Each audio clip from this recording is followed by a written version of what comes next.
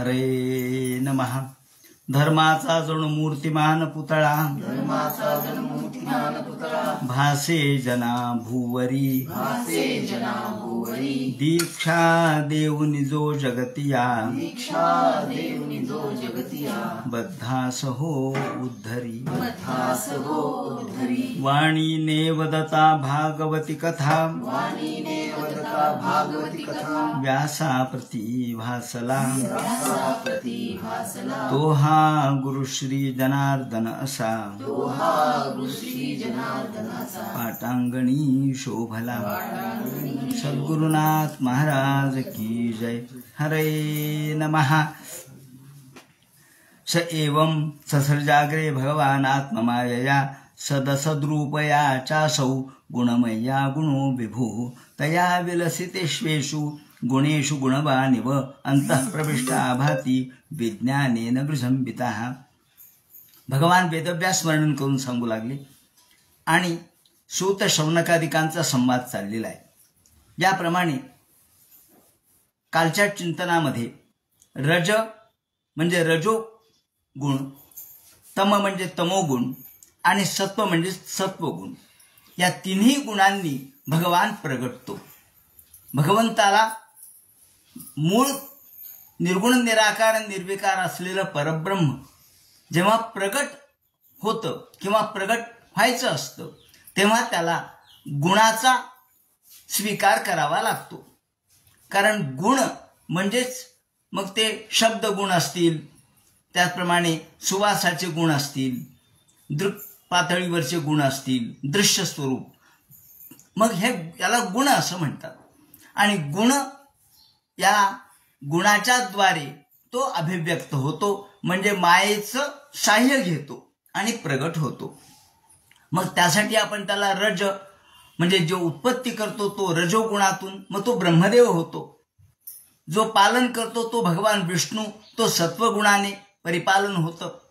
आणि तमोगुणाने या विश्वाचा नाश होतो, तो महादेव. याप्रमाणे लोक तिन्ही गुणांच्या द्वारे त्रिगुणात्मक दृष्टिकोनातून भगवंताचं ध्यान करतात. किंबहुना भगवंताला आपण ध्यान करावं, भक्तांनी भगवंताचं ध्यान करावं म्हणून तर भगवंतांनी ही रूप धारण केली आहेत. ते नसतं तर आपल्याला मूर्ती नावाची गोष्ट दिसली नसती. कुठेतरी आपलं मन स्थिर करण्यासाठी ह्या मूर्तींची गरज आहे.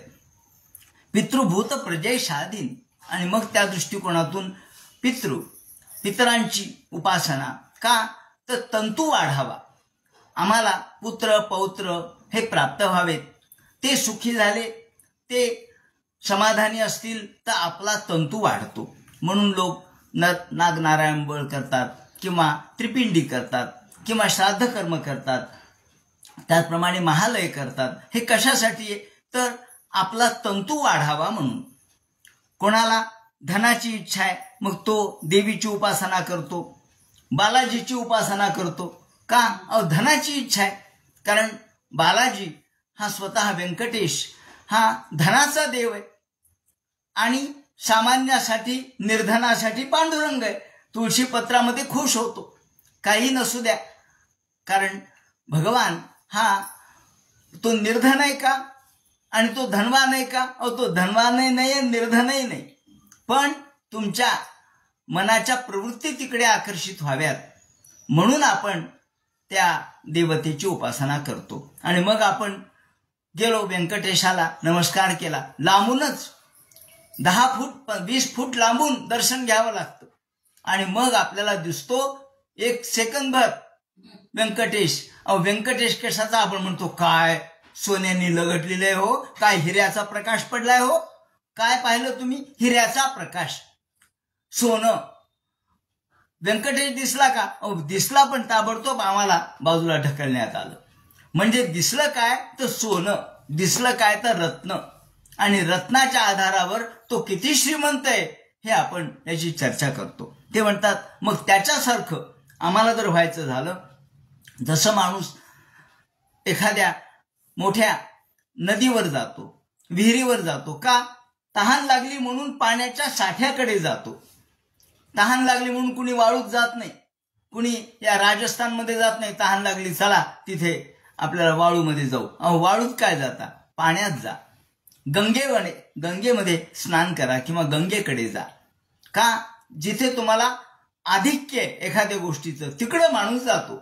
पाणी पाहिजे तर गंगेकडे जावं, धन पाहिजे तर बालाजीकडे जावं, सुख समृद्धी पाहिजे तर देवीची उपासना करावी. म्हणून श्रीऐश्वर्य प्रजेप्सवा वासुदेव परा वेदा. मग शेवटी सूत शौनकादिकाला म्हणतात आणि व्यास म्हणतात, असू द्या, सुरुवातीला माणसाची प्रवृत्ती जरी भोगाची असली तरी भोगाकडून तो त्यागाकडे गेला पाहिजे. सुरुवातीला माणूस खटपट करतो, कशाची, नोकरीची. इकडं अर्ज कर, तिकडं अर्ज कर, इकडं जाहिरात पहा, तिकडं जाहिरात पहा. उमेदवार थोडा 6 महिन्यासाठी तरी लावा, 4 महिन्यासाठी तरी लावा, टेम्पररी तरी लावा, तासिक का तत्वावर तरी लावा. धडपड धडपड धडपड करतो, लागतो कसं तरी.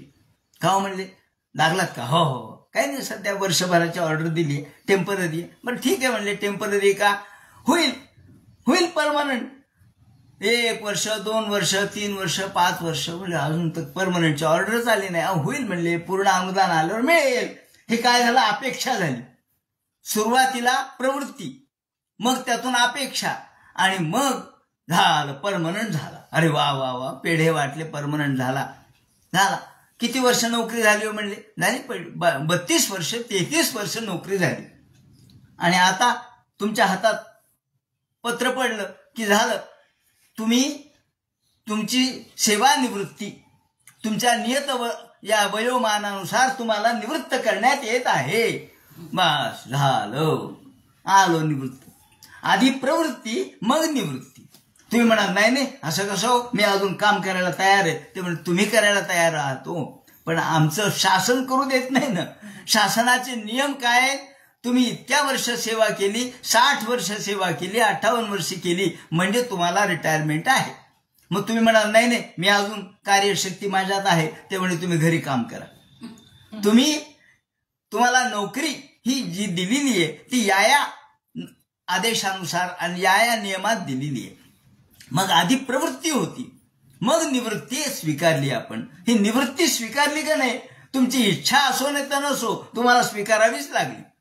तशी तुम्ही आधी संसारामध्ये प्रवृत्ती आहे, आधी भोगा, गाद्या गिरद्या, आनंद, तक्के, लोळ, अत्तर, त्याचप्रमाणे बाग बगीचे, फिरणे, सिनेमा, नाटक सगळं करा, पण वयाच्या लिमिट पर्यंत, एका वयाच्या मर्यादेपर्यंत. झालं, वयाची मर्यादा 60. आता तुम्ही या भोगातून निवृत्त व्हा. तुम्हाला जसं नोकरीतून निवृत्त केलंय तसं भोगातून निवृत्त व्हा ना, संसारातून निवृत्त व्हा ना. म्हणून ते म्हणतात की सुरुवातीला भोग आहे, नंतर त्याग असला पाहिजे. आणि त्याग जेव्हा सुरू होतो तेव्हा आपण वासुदेवाकडे जातो. सुरुवातीला जाणारा हा रस्ता हा मूळ भगवंताकडेच जाणार आहे, पण वेगवेगळे गावं जे लागतात त्या गावाला आपल्याला मुक्काम करावा लागतो. आणि तो मुक्काम करत करत करत करत आपण आपल्या इच्छित गावाला जाऊन पोहोचतो. मधले गावं धरावेच लागतात. जायचे आम्हाला संभाजीनगरला, मग गेवराई सोडून जाता येईल काय, शहागड सोडून जाता येईल का, नाही जाता येणार. पुढे करत करत आपण या संभाजीनगरला पोहोचतो. आता पुढे कुठेच जायचं नाही, झालं, हे आमचं ध्येय आहे. तसं वासुदेव हे माझं ध्येय आहे. मग वासुदेव या ध्येयाच्या मध्ये महादेव येईल, वासुदेव ध्येयाच्या मध्ये भगवान शंकर ज्याप्रमाणे येतील त्याचप्रमाणे देवी येईल, बालाजी येतील, म्हणजे भोग येतील. करत करत करत मात्र शेवटी आपल्याला पांडुरंगापर्यंत जायचे, विठोबापर्यंत जायचे. काहीही इच्छा नाही, इथपर्यंत जायचे. तुळशीपत्र देवाला नाही व्हायचं, तुळशीपत्र घराला व्हा. घरावर तुळशीपत्र ठेवा, संसारावर तुळशीपत्र ठेवा आणि नमस्कार करा. इदन्न मम, हे माझं नाही. कामापुरतं वापरलं, आता माझं नाही. पण आपण कामापुरतं वापरत नाहीत, आपलंच म्हणून त्याच्यावरती अधिकार गाजवतो. म्हणून ते म्हणतात हे सगळं वासुदेव पर आहे. वासुदेव परा वेदा वासुदेव परा मखा. हा वेदाचा अभ्यास करायचा. वेदाची काय गरज आहे म्हणले, वेद सुरुवातीला कर्म सांगतो. यज्ञ करा म्हणून सांगतं. ते म्हणतात ते सुद्धा गरजेचं आहे, सुरुवात आहे. म्हणून वेदाचं ज्ञान, वेदाचा अभ्यास, श्रुती स्मृती पुराणोक्त आपण म्हणतो ना फलप्राप्त्यर्थम. श्रुतीने काय सांगितलंय, स्मृतीने काय सांगितलंय, पुराणांनी काय सांगितलंय, याचं फळ मिळावं म्हणून अमुक एक कर्म मी करतो. ही सुरुवातीची अवस्था आहे, म्हणून ही प्रवृत्ती आहे. त्याचप्रमाणे वासुदेव परा योगा, वासुदेव परा क्रिया, सगळे योग वासुदेव पर आहेत. सगळे त्याचं अंतिम ठिकाण वासुदेव आहे. नदी कुठे जाणार आहे, अंतिमतः समुद्राला मिळणार आहे. मध्ये मध्ये अनेक गावं येत जातात, अनेक प्रवाह, अनेक ओढे त्याला मिळत जातात. तशा आपल्या भक्तीच्या या धारेमध्ये अनेक प्रवाह मिळत जातात. आधी जी भक्ती आहे ती भगवंताची सगुण रूपाची केलेली भक्ती, ही इच्छा काहीतरी धरून केलेली भक्ती आहे. काहीतरी आपल्या मनात इच्छा धरून आपण भगवंताकडे जातो, देवाकडे जातो, काहीतरी मागणं मागतो आणि ती इच्छा पूर्ण झाली किंवा आपली श्रद्धा दृढ होते. तसं हे सगळं वासुदेव पर आहे. हे सगळं भगवंत परच आहे. याचा अंतिम ठिकाण वासुदेव आहे. जसं नदीचं अंतिम ठिकाण समुद्र आहे. कुठे नदी कुठे मिळाली हो? समुद्रालाच मिळाली. आपण अंतिम ठिकाणाचा विचार करा. शेवटचं ठिकाण कोणतं आहे? बसचं असतं ना शेवटचं ठिकाण, लास्ट स्टेशन. लास्ट स्टेशन कोणतं आहे आमचं? लास्ट स्टेशन वासुदेव आहे. मधले स्टेशन येतच राहणार आहेत, पण तिथं अडकायचं नाही. तिथून पुढे चला, तिथून पुढे चला. या गावून मुक्काम करत पुढे करत करत गेलं म्हणजे अंतिम स्टेशन आपलं वासुदेव आहे. वासुदेव परा योगा, वासुदेव परा क्रिया, वासुदेव परम दानम, वासुदेव परम तपा. हे सगळं वासुदेव पर आहे. तप सांगितलं तरी वासुदेव, नाम सांगितलं तरी वासुदेव. त्याचप्रमाणे यज्ञ, याग, क्रिया, कर्म, योग, याग, धर्म, पितृधर्म, त्याचप्रमाणे आपले आचार धर्म, चातुर्मास्य, तसंच वेगवेगळ्या प्रकारचे अनुष्ठानं, हे जे सगळे सांगितले हे सगळे वासुदेवापर्यंतच जाणार आहेत. आपण म्हणतो ना की आकाशात पतितं तोयम यथा गच्छति सागरम, सर्वदेव नमस्कारम वासुदेवम प्रति गच्छति. आकाशातून पडणारं पाणी अंतिमतः समुद्रालाच मिळतं. तसे हे समुद्रापर्यंतच जाणार आहेत, वासुदेवापर्यंतच जाणार आहेत. मग ते म्हणे कसं काय? ते म्हणे त्याचं असं आहे की आपण समजा एखाद्या माणसाने आपल्या मुलीचं लग्न ठरवलं. मुलीचं लग्न फार अवघड गोष्ट आहे. आजकाल आपण लगले कॉन्ट्रॅक्ट देऊन टाकतो, पण जुन्या काळात तसं नव्हतं, कॉन्ट्रॅक्ट नव्हते. मग मुलीचं लग्न म्हटल्याबरोबर तो मुलीचा बाप परेशान असतो. आधी ठिकाण पाहण्यापासून आणि एकदा ठिकाण जुळलं की मग त्यांची उस्तपास्त करण्यापर्यंत, पाहुण्यांची ये जा, त्यांची सरबराई, त्यांची उस्तापुस्त करण्यापर्यंत तो बेजार होतो. आता लग्न आलं, ठरलं, महिन्यावर लग्न आलं, 15 दिवसावर आलं, मग तो काय गडबड आहे बाबा. का हो, कुणीकडे निघाला? अहो मुलीचं लग्न आहे. कुणीकडे निघालात? मुलीचं लग्न आहे. का हो, बसलात निवांत विचार करत? अहो मुलीचं लग्न आहे. विचार का करायला? मुलीचं लग्न आहे. गडबड काय? मुलीचं लग्न आहे. बाहेर कुठे गेला होतात? मुलीचं लग्न आहे. कपडा खरेदी, मुलीचं लग्न आहे. सोन्या नाणं, मुलीचं लग्न आहे. काही केलं तो झोप येत नाही हो. का हो म्हणजे झोपेच्या डॉक्टरकडे गेला, गोळ्या घेतल्या. अहो मुलीचं लग्न आहे म्हणून झोप येत नाही. झोप येत नाही मुलीचं लग्न. जेवण, याच्या जेवणामध्ये लक्ष नाही, नेहमी चिडचिड. अहो चिडचिड का करा? अहो मुलीचं लग्न आहे. चिडचिड नाही करू तर काय, कोणाचं साह्य नाही, काही नाही, झालं. म्हणजे सगळं काय? मुलीचं लग्न. या मुलीच्या लग्नाच्या मध्ये जसं सगळ्यांचा समावेश आहे, सगळ्या तुमच्या वर्षभराच्या कृती, उक्ती, बोलणं, चालणं, हे सगळं मुलीच्या लग्नाचं कारण समोर ठेवून आपण करतो. त्याप्रमाणे ते म्हणतात सगळ्या क्रिया, सगळं योग, सगळं धर्मकर्म प्रत्यक्ष वासुदेव परच आहे. वासुदेवाशिवाय दुसरं काही नाही.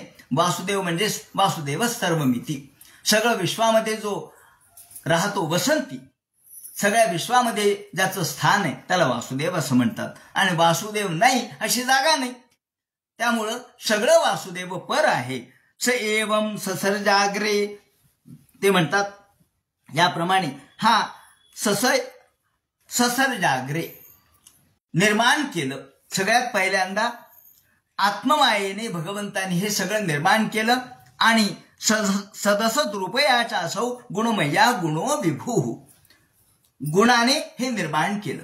जोपर्यंत गुण नव्हते तोपर्यंत आपल्याला ब्रह्म कळत नव्हतं. ब्रह्म वाच्य नाहीये ना, ब्रह्म सांगता येत नाही, ब्रह्माचं वर्णन करता येत नाही. सगळं वर्णन नकारात्मक करावं लागतं. कसं? ज्याला रूप नाही, ज्याला आकार नाही, ज्याला कोणत्याही प्रकारचे गुण नाहीत, जो दिसत नाही, जो अस्थाणू, जो स्थिर नाही, त्याचप्रमाणे जो स्थाणू नाही म्हणजे खांबासारखा नुसता एका जागी नाही, जो अणुसारखा बारीकही नाही, जो मोठाही नाही, सगळं नाही नाही नाही काय लावलंय म्हणजे ब्रह्माचं वर्णन असंच आहे. जसं उदाहरण सांगायचं झालं तर एखाद्याला विचारलं, का हो तुम्हाला अमुक अमुक रोग झाला होता? म्हणले हो ना. मग काय पथ्य सांगितले? काय पथ्य सांगितलेत म्हणल्यावर तो म्हणतो, अहो मला तेलकट खायचं नाही, तुपकट खायचं नाही, साखर खायची नाही. अपथ्य काय ते सांगतो, पथ्य कुठं सांगतो? तुम्हाला पथ्य काय म्हटल्यावर माणूस अपथ्य काय ते सांगतो का? तर पथ्य सांगताच येत नाही.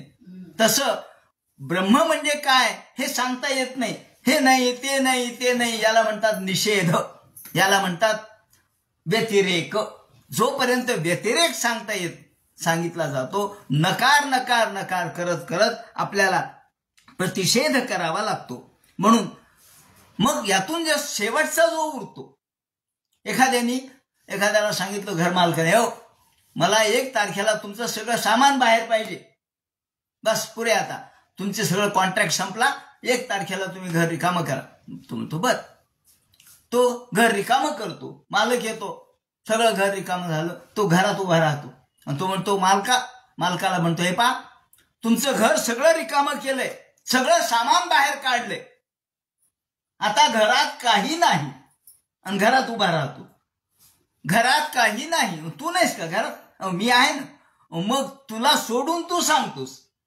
तसा या ठिकाणी आपण ब्रह्माला सोडून सगळा विचार करतो. ब्रह्माचा विचारच करत नाहीत. काही नाही असं आपण म्हणतो, पण काही नाही ज्याच्या आधारावर म्हणतो ते कोण आहे? काही नाही म्हणणारा कोण आहे? घरात काही नाही बरं का, आता घरात कोणी नाही. कोणी नाही? तू नाहीस का? मी आहे. मग मी आहे या आहेच्या तत्वावर नाहीची भाषा आहे. म्हणून जे आहे परब्रह्म ते दिसत नाही, म्हणून आपण त्या दिसत नाही म्हणून त्याला नकार देता येत नाही. या दृष्टीने ते म्हणतात, लक्षण जर करायचं झालं तर आपल्याला प्रतिषेध न्यायाने ते करावं लागतं. या प्रतिषेध न्यायाला लक्षण प्रमाणांच्या दृष्टिकोनातून वस्तूची सिद्धी करावी लागते. या दृष्टीने ते म्हणतात, आरोप आणि अपवाद हे दोन्ही आवश्यक आहे. आरोप अपवादाभ्याम वस्तुसिद्धी असा नियम आहे. आधी आरोप, ब्रह्मावर हा मायेचा आरोप आहे. ते पुढे त्यांनी म्हटलंय की सदसद रूप चा सौ, सद आणि असत हे रूप आहे. हे असद रूप हे मायेच आहे, सदरूप हे ईश्वराचं आहे. पण सत्वर असतचा आरोप आहे. असत नंतर नष्ट होतं, पण सद असद रूपयाचा सौ गुणमय्या गुणो विभू. ही गुणमय्य माया, ही गुणमय्य, तिचा आरोप आपण परब्रह्मावर केलाय.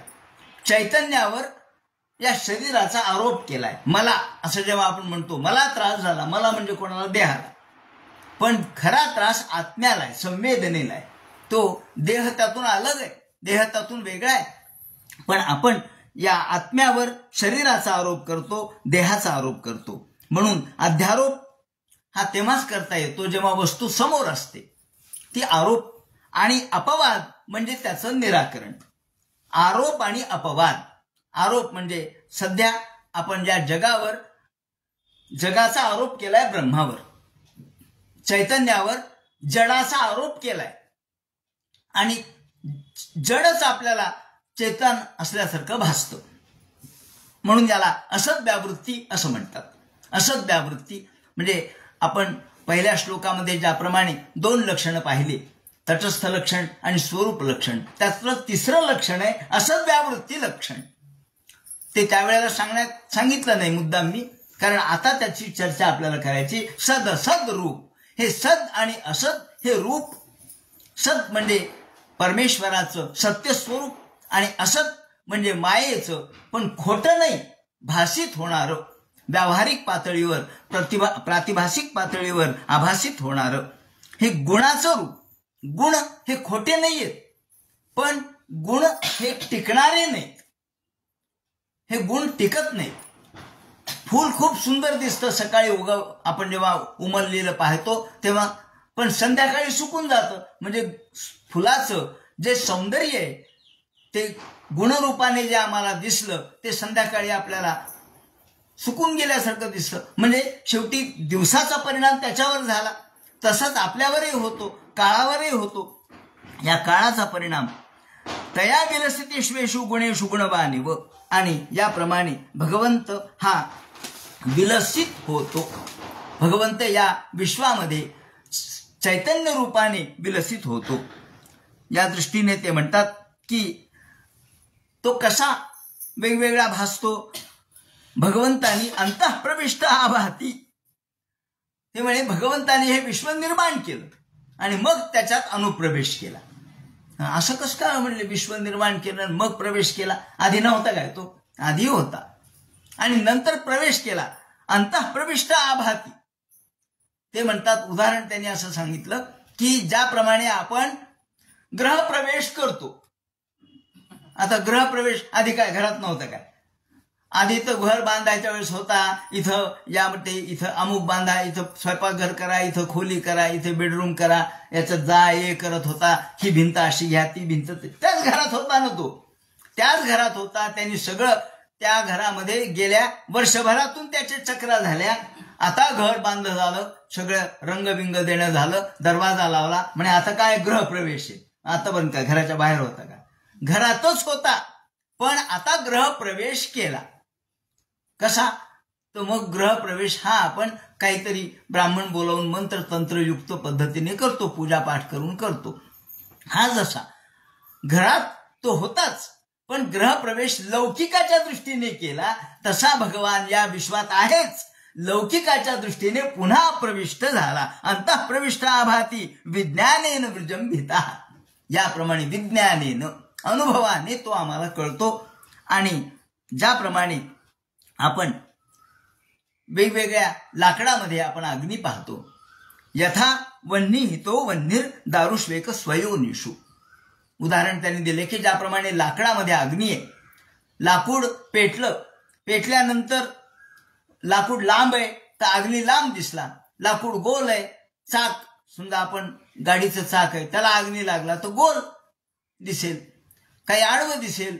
जसं शुंभ त्याप्रमाणे त्याचा पीळ, जसं ते जळत असेल, वस्तू असेल, त्यानुसार आपल्याला अग्नीचं रूप दिसतं. मग अग्नी लांब नाही, अग्नी आखूड नाही, अग्नी गोल नाही. अग्नी गोल आहे का? नाही, तो लाकूड गोल आहे म्हणून अग्नी गोल दिसला. म्हणून ते म्हणतात यथा ह्यवहितो वन्नीर दारुष्वेक स्वयोनिषु. दारू म्हणजे लाकूड. लाकडाच्या रूपाप्रमाणे अग्नी भासतो, तसे देव हा एकच आहे, पण तो जे जे रूप धारण करतो तसा तो भासतो. म्हणून रुद्राला आपण म्हणतो, रुद्र म्हणजे काय? तो अत्यंत रागीट आहे. देव रागीट आहे का? नाही, देव रागीट नाही. रुद्र रूपात तो रागीट आहे. तो देवीच्या रूपामध्ये तो सगळ्या आमच्या इच्छा पूर्ण करणार आहे. बालाजीच्या रूपात तो आमच्या सगळ्या भौतिक इच्छा पूर्ण करणार आहे. आणि विष्णू हा मात्र सात्विक अशा पद्धतीचा आहे. नानेव भाती विश्वात्मा भूतेषु तथा पुमान. त्याप्रमाणे पुमान म्हणजे माणसाला याप्रमाणे विश्व आणि भगवंत हा असा भासतो की विश्वात्मा, तो विश्वात्मा आहे, तो सगळ्यांच्या अंतःकरणात आहे आणि तो प्रत्येकाच्या अंतःकरणात असल्यामुळं प्रत्येकाचं रूप आपल्याला भिन्न दिसतं, त्याचे स्वभाव भिन्न दिसतात आणि स्वभावानुसार देवही भिन्न आपल्याला दिसतात. याप्रमाणे ते म्हणतात भगवंतानी असा ज्ञानरूपी गुणाने शास्त्रकार त्याला जाणतात आणि ज्ञान हेच त्याचं स्वरूप आहे असं मानतात. एतन नानावताराणाम निधानम बीजमव्ययम. याच भगवंताच्या अव्यय असणाऱ्या बीजातून, अव्यय म्हणजे जे नष्ट होत नाही, जे समाप्त होत नाही. भगवंताचं बीज हे बीज रूपाने भगवान आहे. बीज आणि नंतर ते उगवतं. त्याला योग्य अशा पद्धतीचे वातावरण मिळालं की बीज उगवतं, ते प्रस्फुटित होतं. त्याप्रमाणे त्याला पानं येतात, फुलं येतात वगैरे. हे सगळं जसं आधी बीज एकले, आधी बीज एकले, आधी एकटं बीज आहे. ते कोणतं? ब्रह्म, परब्रह्म हे बीज आहे. म्हणून बीज भगवंताचं आहे आणि मायेचा सगळा पसार आहे. त्याला उत्पन्न करणारा, बीजाला कुणी उत्पन्न केलं हो? बीजाला बीजानेच उत्पन्न केलं. बीजाला कुणी उत्पन्न केलं? बीजाला बीजानेच उत्पन्न केलं. आतून तोच प्रगट झाला. भगवंत म्हणतात, मी मलाच प्रगट करतो आत्ममायया. मी माझ्या आत्मशक्तीने, माया म्हणजे शक्ती, मी माझ्या आत्मशक्तीने मला प्रगट करतो. मला दुसरा कोणी प्रगट करत नाही. म्हणून जसं बीज हे त्यातूनच वृक्ष उत्पन्न होतो. बीजाला योग्य वातावरण मिळालं की त्यातून विश्व प्रगट होतं. हे विश्व म्हणजे झाड किंवा वृक्ष, विश्वरूपी वृक्ष प्रगट होतो. आत्मा हा त्या ठिकाणी पदार्थ मानला. स एवं ससर्जाग्रे, त्यांनी हे सगळं गुणातून निर्माण केलं. अनिर्वचनीय असे त्याचे गुण आहेत. तो सगळ्यात पूर्वी सत रूपाने आहे, कार्य आणि कारण रूपाने. कार्य रूपाने तोच आहे आणि कारण रूपाने तोच आहे. मूळ कारण भगवान आहे आणि कार्य सुद्धा भगवानच आहे. तुम्ही म्हणाल कार्य माया आहे, नाहीये. मायेचं साह्य तो घेतो, पण तो कार्य रूपाने तोच आहे. तसं नसतं तर बीजाशिवाय वृक्ष निर्माण होत नाही. वृक्षातून पुन्हा बीजच निर्माण होतं. म्हणून बीजामध्ये वृक्ष आहे की नाही? बीजात सगळा वृक्ष सामावलेला आहे. मग तुम्ही म्हणा मला पानं दाखवा बीजामध्ये. ते बी आहे, समजा वडाच्या झाडाचं बी फार बारीक असतं, खसखशी एवढं असतं. त्याच्यात पानं दाखवा, त्याच्यात मुळं दाखवा, त्याच्यात पारंब्या दाखवा. ते म्हणे नाही दाखवता येणार. का? याच्यात नाहीत का? आहेत, पण दाखवता येणार नाहीत. कधी दाखवता येतील? जेव्हा तो व्यक्त होईल तेव्हा. हे प्रगट रूप भगवंताचं गुणरूप आहे आणि निर्गुण, निराकार, निर्विकार हे अप्रगट आहे. परंतु त्याच्यात ते नाही असं आपल्याला म्हणता येत नाही. परमात्मा हे जगाचं उपादान कारणही आहे आणि निमित्त कारणही आहे. उपादान कारण आणि निमित्त कारण हे दुहेरी कारण आहे. म्हणजे ज्याप्रमाणे हा कुंभार हा घट निर्माण करतो. कुंभाराने घट निर्माण केले, ते कशाच्याद्वारे केले? तर तुम्ही म्हणाल त्यांनी हात वापरले, काठी वापरली, चाक वापरलं, हो, हे साधनं वापरले. पण नुसते साधन आहेत आणि माती नाही, तर तुम्हाला घट तयार करता येईल का? नाही करता येणार. माती जर नसेल तर घट तयार करता येणार नाही. मग कुंभार काय तोच लागतो का? कुंभार कोणतेच चालतात. एक कुंभार नाही तर दुसरा, दुसरा नाही तर तिसरा. कुंभार किती बदलता येतात, माती नाही बदलता येत. माती तीच आहे. कारण कुंभार हा निमित्त कारण आहे, काठी हे निमित्त कारण आहे, साधन आहे. त्याचप्रमाणे त्याला पाणी वगैरे जे काय लागलं ते निमित्त कारण आहे. आणि उपादान कारण म्हणजे मूळ कारण माती आहे.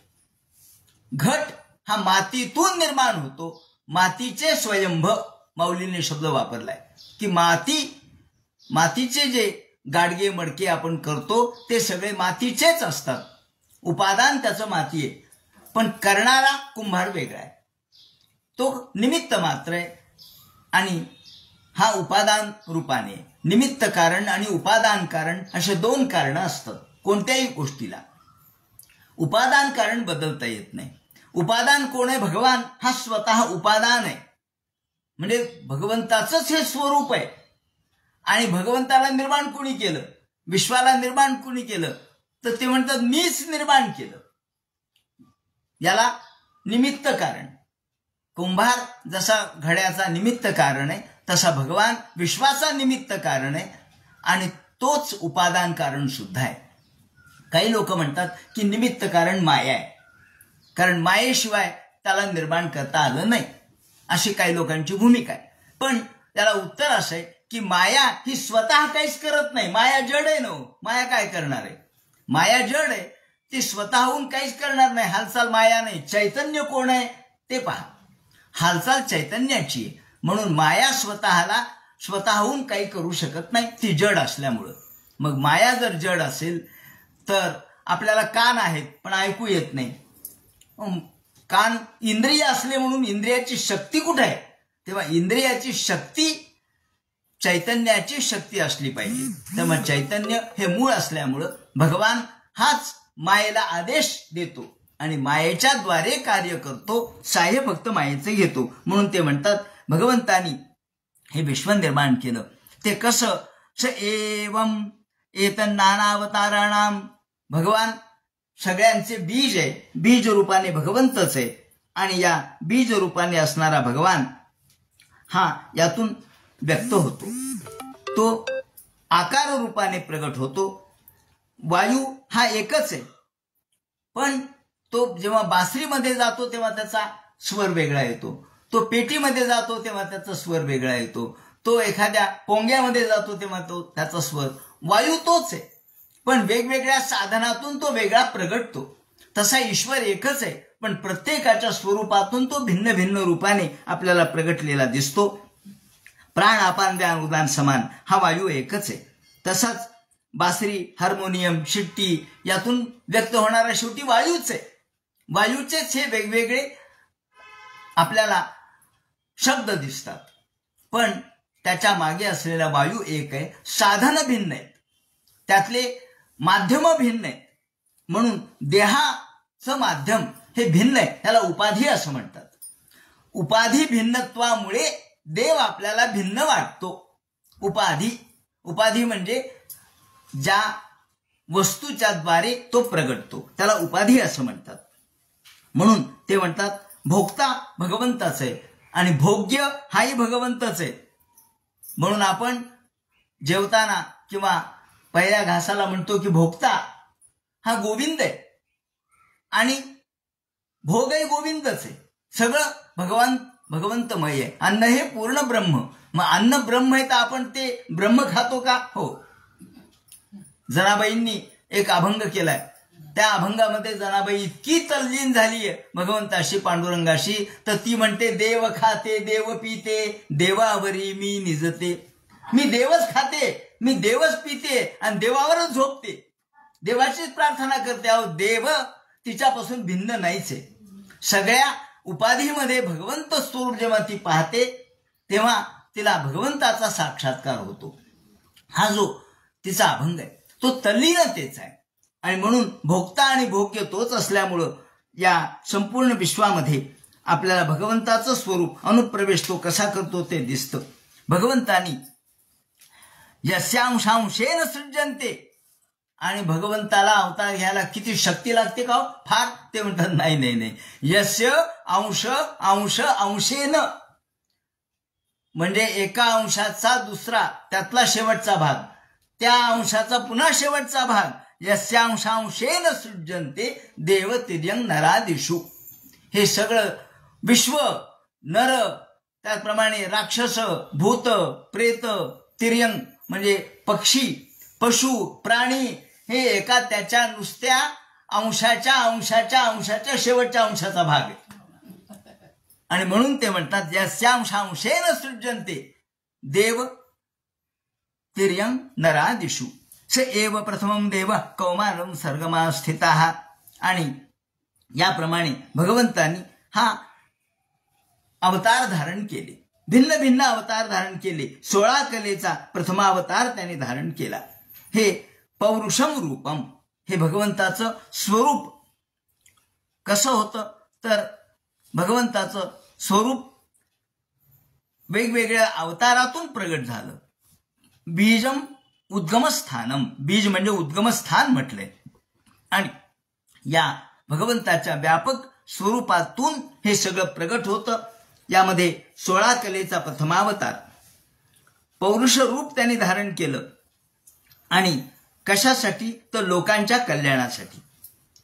16 कलेचा म्हणजे 16 कला कोणत्या तर पंच ज्ञानेंद्रिय, पंच कर्मेंद्रिय, पंच महाभूत हे झाले 15 आणि मन हे झालं 16. अशा 16 कलांचा हा सगळा पसारा आहे. या 16 शिवाय दुसरं याच्यात काही नाही. म्हणून हे पहिल्यांदा त्यांनी घर केलं, निर्माण झालं. कारण जलामध्ये भगवान पहुडलेले होते आणि या कारण जलामध्ये मूळ जल, ज्याला आपण गर्भजल म्हणू, जसा अर्भक आईच्या पोटामध्ये जलातच असतो, पाण्यातच असतो, तसा भगवान सुद्धा पाण्यातच आहे. ते कारण जल आहे. तो समुद्रामध्ये जो शेषशाही भगवान आहे तो भगवंत, म्हणजे जसा जीव आईच्या पोटामध्ये असतो त्याप्रमाणे या कारण जलामध्ये तो पहुडलेला आहे. योग निद्रा, ज्ञानपूर्वक निद्रा त्याने धारण केलेली आहे. आणि अशा भगवंताचं हे स्वरूप सांगत असताना ते म्हणतात की हा भगवान चैतन्य आणि माया यांनी युक्त होऊन तो प्रगट होतो, पुरुषरूप धारण करतो आणि वेगवेगळ्या रूपाने प्रगट होतो. मग त्यामध्ये त्यांनी सांगितलं की पहिल्यांदा सर्ग, कौमार सर्ग निर्माण झाला. भगवंताची निर्मिती सांगितली थोडक्यामध्ये. भागवताचं वैशिष्ट्य असं आहे की भागवताने सुरुवातीला अनुक्रमणिका जशी सांगावी त्याप्रमाणे सगळं भागवत सांगून टाकलेलं आहे अनुक्रमणिकेच्या रूपात. मग पहिल्यांदा कौमार सर्ग निर्माण झाला, म्हणजे आपोआप नाही झाला. आधी सनक सनंदन सनातन सनत कुमार प्रगट झाले, पण त्यासाठी चचारम दुष्चरम ब्रह्मदेवाला तपश्चर्या करावी लागली. ब्रह्मदेवाने तपश्चर्या केली. दुष्चर अखंडितम ब्रह्मचर्यम अखंडितम, अखंडित ब्रह्मचर्य धारण करून, योग धारणा करून ही तपश्चर्या केली. त्यातून सनक सनंदन सनातन सनत कुमार हा ज्ञानावतार प्रगट झाला. मग दुसरा जो अवतार आहे त्यांच्या रूपाने, वेगवेगळ्या रूपाने वेगवेगळे अवतार कसे प्रगट झाले ते त्यांनी सांगितलंय. यामध्ये द्वितीयंतु भवायस्य, दुसरा एकूण 24 अवतार या ठिकाणी सांगितले. वास्तविक 22 अवताराचं वर्णन केलेलं आहे, पण 22 अवताराचं वर्णन करताना आणखी 2 अवतार शिल्लक राहिले, ते 24 अवतार असे या ठिकाणी ते सांगतात.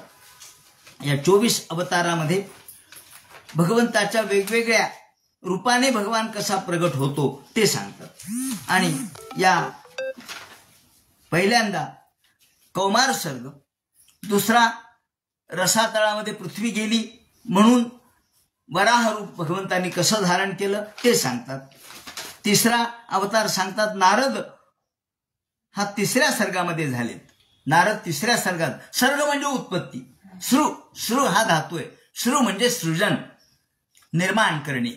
3रा सर्ग हा नारद त्यातून झाले आणि नारदाने पांचरात्र तंत्र निर्माण केलेले. तंत्र सात्वतमाचष्ट, सात्वत तंत्र त्यांनी निर्माण केलं. 4था अवतार हा नरनारायणाचा आहे. धर्म आणि कला हा सर्ग आहे.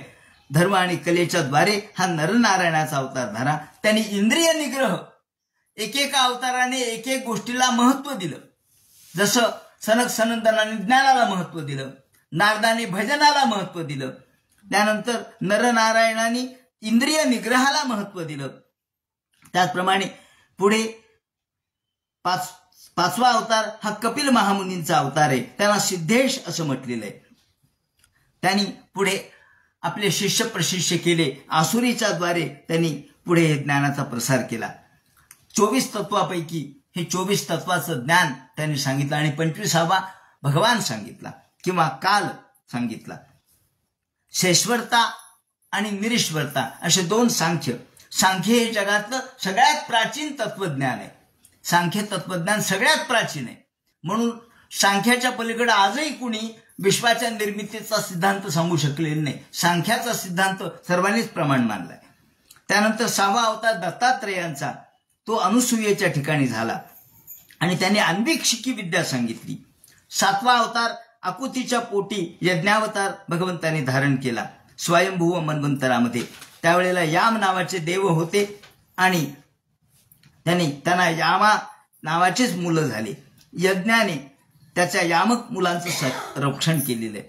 त्यामुळं त्यानंतर पुढे 8वा अवतार मेरुदेवी आणि नाभी यांच्या पोटी उरुक्रम असणारा ऋषभावतार झाला.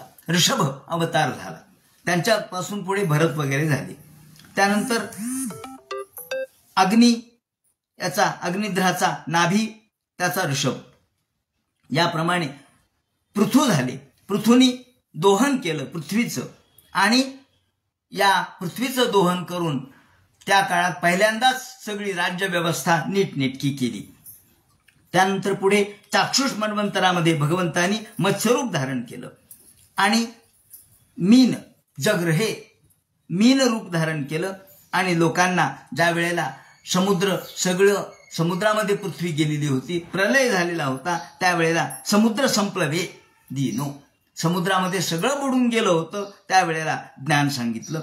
आणि मीन हा अवतार, मीन अवतार, त्याला मत्स्यावतार असं आपण म्हणू.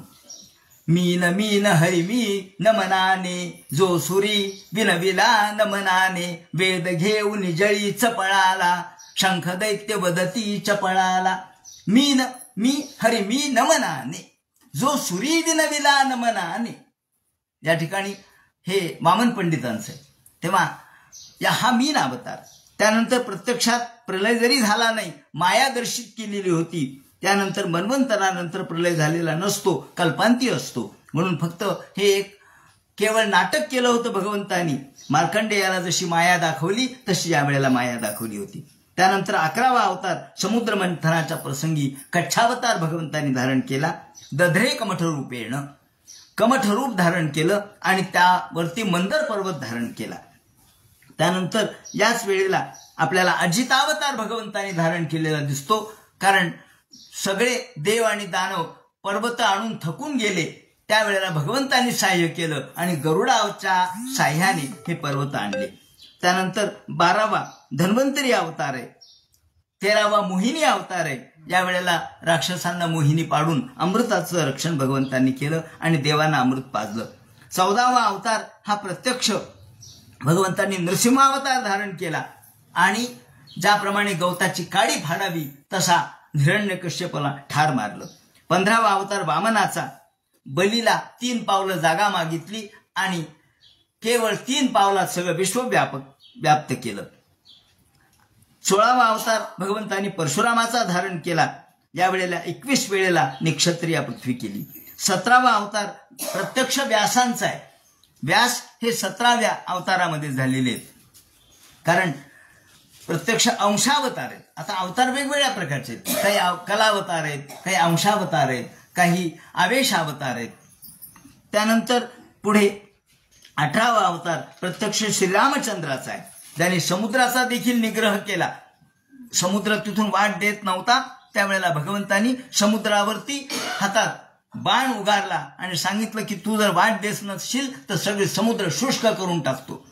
या वेळेला समुद्र शरण आला आणि नरदेव मापन्न सुरकार्यशी कीर्षया, मानवी रूप धारण केलं आणि देवांचं कार्य केलं. याप्रमाणे समुद्र निग्रहादीने चक्रवीर्याने परम.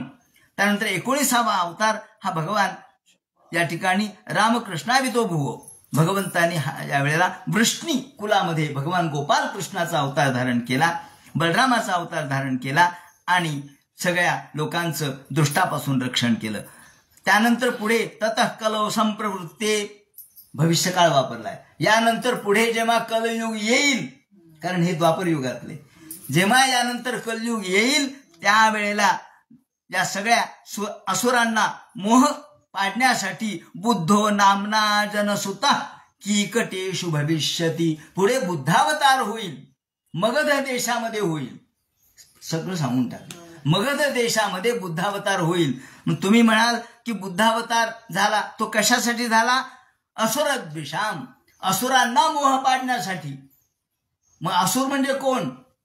अहो, जे केवळ भोगवादी होते, त्या भोगवादी लोकांना मोह पाडण्यासाठी हा अवतार धारण केला. आणि म्हणून शंकराचार्य आणि बुद्ध यांच्या तत्वज्ञानात जो फरक आपल्याला दिसतो तो सगळं बुद्धमय झालं, पण लोकांनी केवळ बाह्य गोष्टीच आचरणात आणल्या आणि तत्वज्ञान विसरले. म्हणून शंकराचार्यांना पुन्हा हे तत्वज्ञान खोडून काढावं लागलं. पण आधी असुरांना, दुष्ट लोकांना या मोह पाडण्यासाठी त्यांनी हा अवतार धारण केला. आणि सामान्य लोकांना ज्ञान सांगितलं. अहिंसा परमो धर्म हे सांगितलं. पण त्यावेळचे जे लोक होते ते केवळ या अवतारातल्या काही विचारांनी जे मोहित झाले, त्यांनी खोट्या गोष्टीचा, काही वेळेला असं घडतं की आपल्याला जर कार्य साधायचं असेल तर आधी लोकांच्या समोर दुसरंच काहीतरी टाकावं लागतं. लोक तिकडेच जातात आणि मग खरं तत्व लोकांना सांगायचं. त्याप्रमाणे लोकांना मोह पाडला. आता असो युगसंध्यायाम, आणि त्यानंतर युगसंध्या. युगसंध्या म्हणजे आता सत्ययुग सुरू होणार आहे आणि कलयुग समाप्त होणार आहे. अशा काळामध्ये प्रत्यक्ष या वेळेला भगवान कल्की अवतार धारण करील.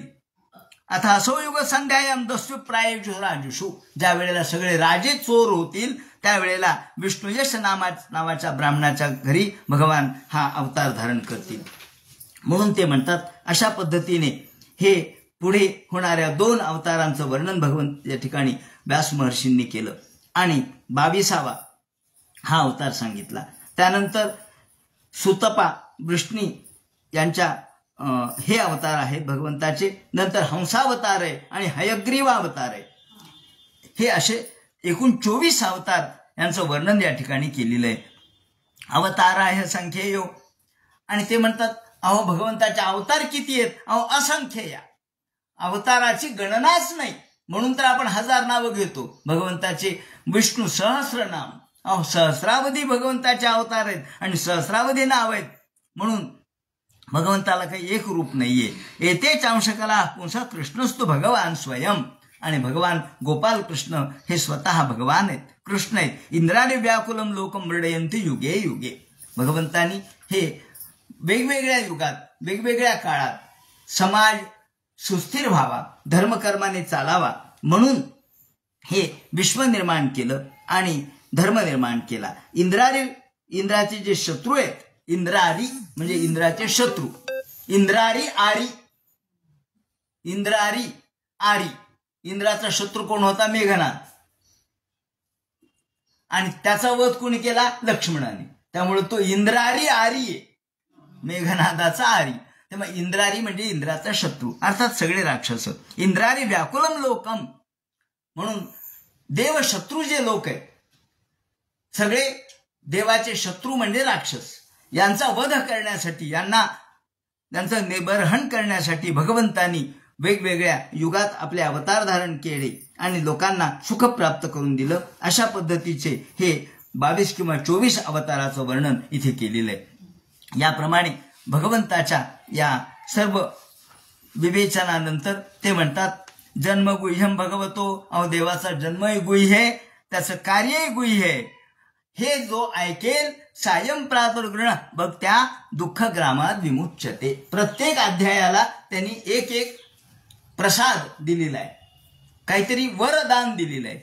हे जो हा अध्याय 24-22 अशा अवतारांचा जो ऐकेल सकाळ किंवा संध्याकाळ, त्या भक्ताला सगळ्या दुःखातील ज्या दुःखग्राम म्हणजे सगळे दुःखाचा समूह, एक दुःख नाही, दुःखांचा समूह. दुःख एकटं येत नसतं, दुःख समूहाने येत असतं.